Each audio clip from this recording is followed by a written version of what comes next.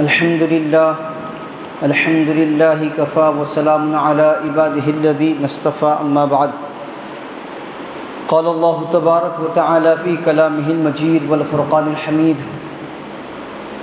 بعد اعوذ باللہ من الشیطان الرجیم بسم اللہ الرحمن الرحیم ولا تهنوا ولا تحزنوا وانتم الاعلون ان کنتم مؤمنین وقال تعالی فی مقام آخر یا ایھا الذین آمنوا اتقوا اللہ حق تقاتہ ولا تموتن الا وانتم مسلمون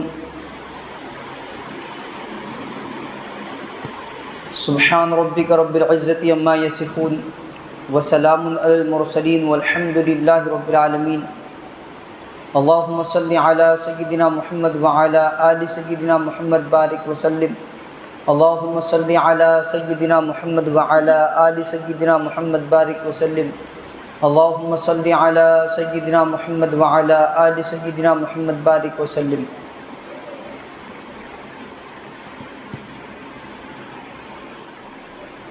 معزز سامعین کرام ملت اسلامیہ کے عزیز نوجوانوں بزرگان ملت، رمضان المبارک کا مہینہ گزر کر شوال المعظم کا مہینہ شروع ہو چکا ہے۔ رمضان جس مقصد کے لیے ہماری زندگی میں آیا تھا اور جس مقصد کے لیے رمضان المبارک کے مہینے بھر کے روزے ہم پر فرض کیے گئے تھے، جس مقصد کے لیے رمضان المبارک میں پابندی کے ساتھ قرآن کریم کو مکمل ہم نے سنا، اس مقصد پر زندگی کی ہر گھڑی میں نظر رہنی چاہیے، اپنا محاسبہ ہوتا رہنا چاہیے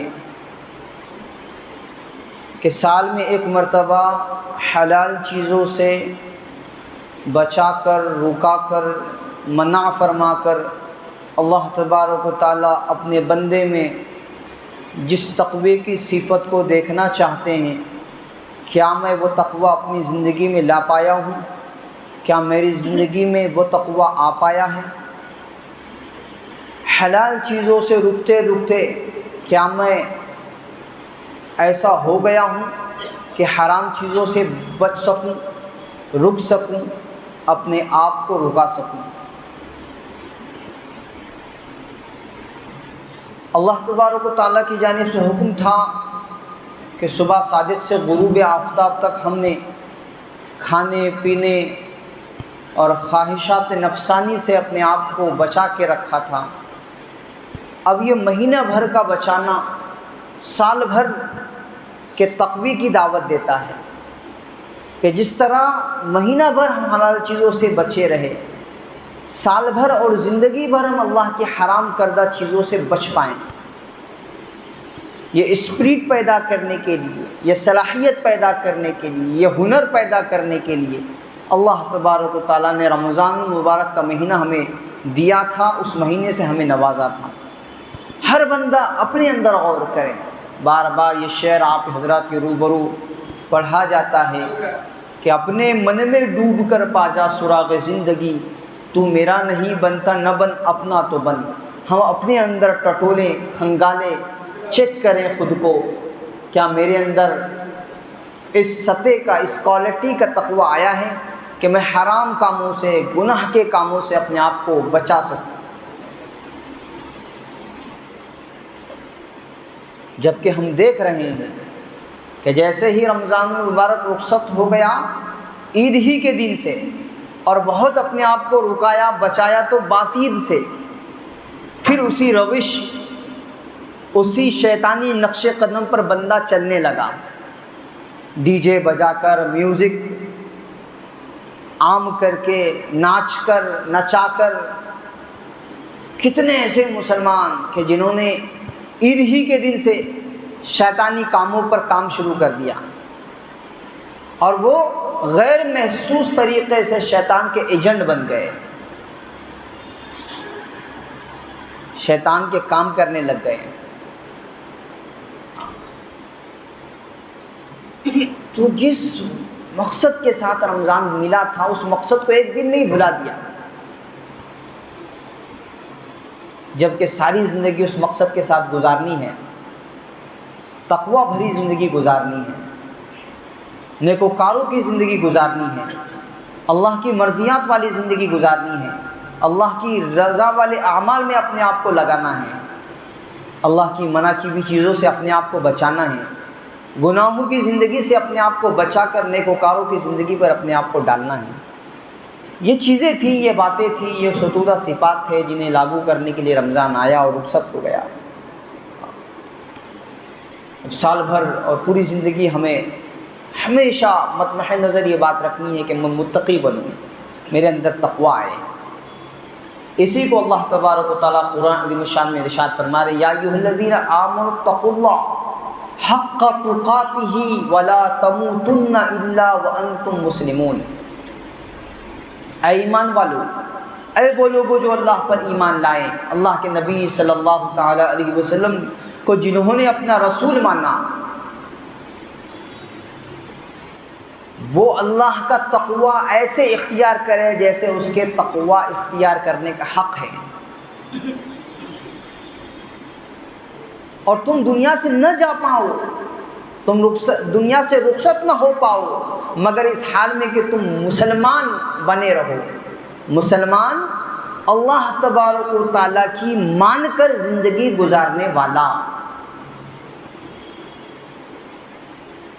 اتنے مضبوط ایمان والا کہ کتنی بھی بڑی چیز اسے اپنی طرف لبھا نہ سکے، مائل نہ کر سکے، اپنی طرف کھینچ نہ سکے، وہ ڈٹا رہے اسلام پر، ڈٹا رہے تعلیمات نبوی پر، ڈٹا رہے احکامات خداوندی پر عمل کرنے پر۔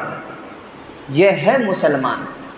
جو ڈگمگا جائے، ایک آدھ دن ہی کے پھسلانے سے پھسل جائے، ایک آدھ دن کے لبانے سے وہ لبھا جائے چیزوں کے ساتھ، میوزک کے ساتھ، گانے بجانے کے ساتھ، یہ مسلمان کا شیوا نہیں ہے، اور ایسا نہیں ہوتا مسلمان۔ مہینہ بھر اس نے سحری سے افطاری تک بھوکا پیاسا رہ کر اللہ سے یہ عہد کیا ہے کہ اللہ جیسے میں حلال چیزوں سے بچ رہا ہوں، ساری زندگی میں حرام چیزوں سے بھی بچوں گا۔ تیری حلال کی بھی پاکیزہ روزی سے تو نے مجھے رکا کے رکھا تھا، میں رکا رہا، تو دنیا میں تیری حرام کی بھی چیزیں بھی ہیں، تیری منع کی بھی چیزیں بھی ہیں، میں اس سے بھی رکوں گا، اس سے بھی بچوں گا۔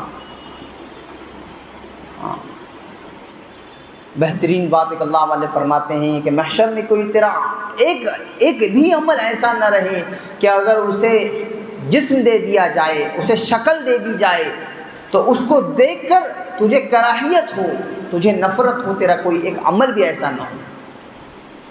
ایسی زندگی گزارنے کا نام تقویٰ ہے، اور یہ تقویٰ اللہ تبارک و تعالیٰ چاہتے ہیں۔ اللہ کا مطالبہ ہے ایسے تقوی کا کہ ہم گناہوں سے اپنے آپ کو بچا کر زندگی گزارنے والے بنیں۔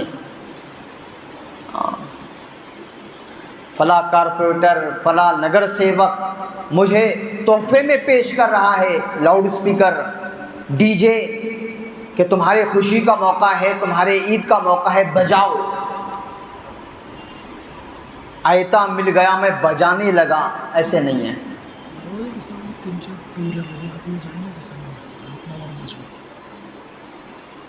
تو میں بجانے لگا، ایسے کیسے ہوگا؟ معلوم ہوا ڈگمگا رہا ہے اس کا ایمان۔ یہ ثابت قدم نہیں ہے اپنے ایمان، اپنے اسلام، اپنی تعلیمات میں۔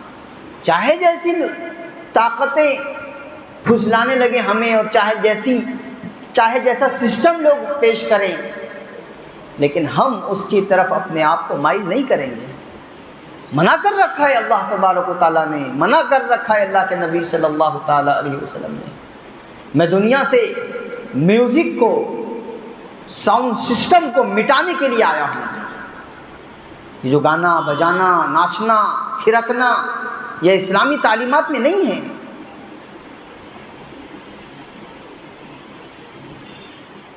اور خوشی منانے کا یہ طریقہ اسلام نے نہیں سکھایا ہے۔ جیسے آپ کو عید کے دن بھی بتایا گیا کہ سجدے شکر جو ہم ادا کرتے ہیں، دو گانا نماز عید کی ادا کرتے ہیں، وہ ہے اصل خوشی کا طریقہ اور انداز، کہ ایسے مومن خوش ہوتا ہے، ایسے مسلمان خوش ہوتا ہے۔